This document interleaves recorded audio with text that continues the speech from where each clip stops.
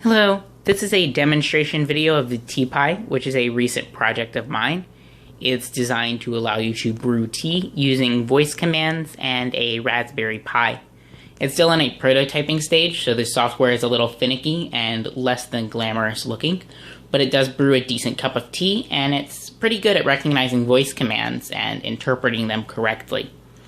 So to initiate the brewing sequence, you simply give a command indicating the amount of time and the temperature at which you'd like the tea to be brewed at. So here we go. Let's see if I can get the screen on the camera. It's a very cheap screen and a fairly cheap camera, so you might not be able to see much, but you're also not missing much because there's no GUI yet. Computer.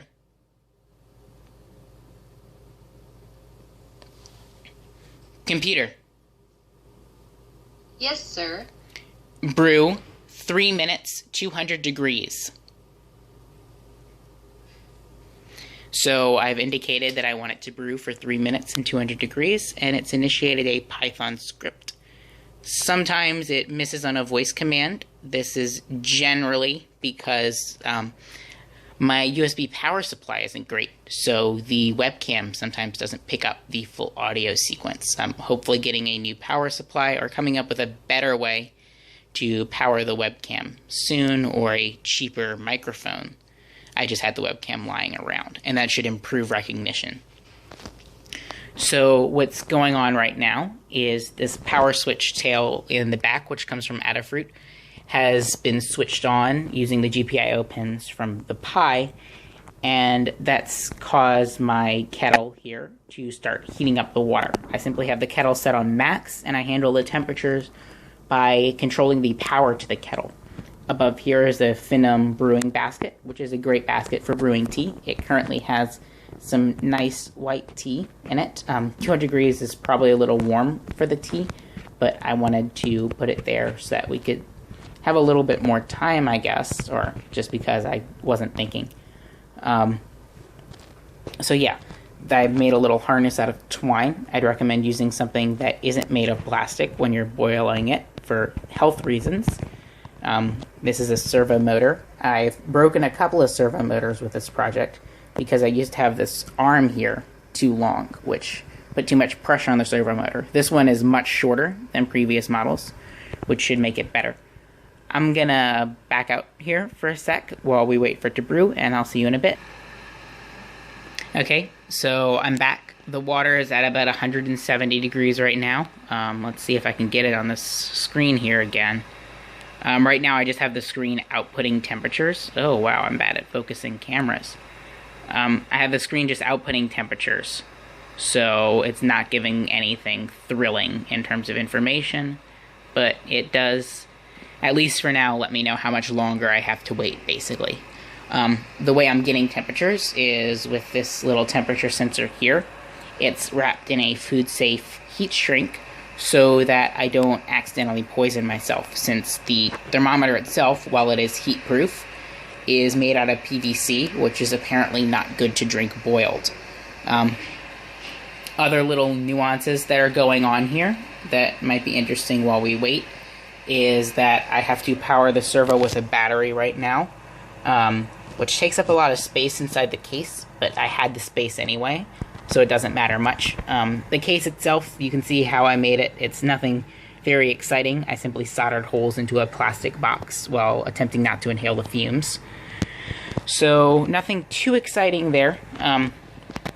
Everything's hooked up to the Raspberry Pi with a prototyping plate. Oh, there we went. So the servo has lowered the leaves into the water now that we've reached the target temperature. Actually, it happens when we're within 5 degrees of the target temperature. So we're at 197 right now. When we cross the target temperature, the heating element will turn off, stopping it from getting too much warmer than 200 degrees. And if we get below 200 degrees, it'll turn back on, stopping it from getting too much colder. So you'll notice in the temperature sequence here, you'll see the word off. That indicates that the heating plate has turned off. So I'm not going to make you stare at tea brewing for 3 minutes. So I'm gonna pause the video again and come back close to when the tea is supposed to come out of the machine. So see you in a sec. Okay, So we're getting close to completion time on this. I actually don't know the exact time. That's probably something I should add to the display at some point. Oh, there we go.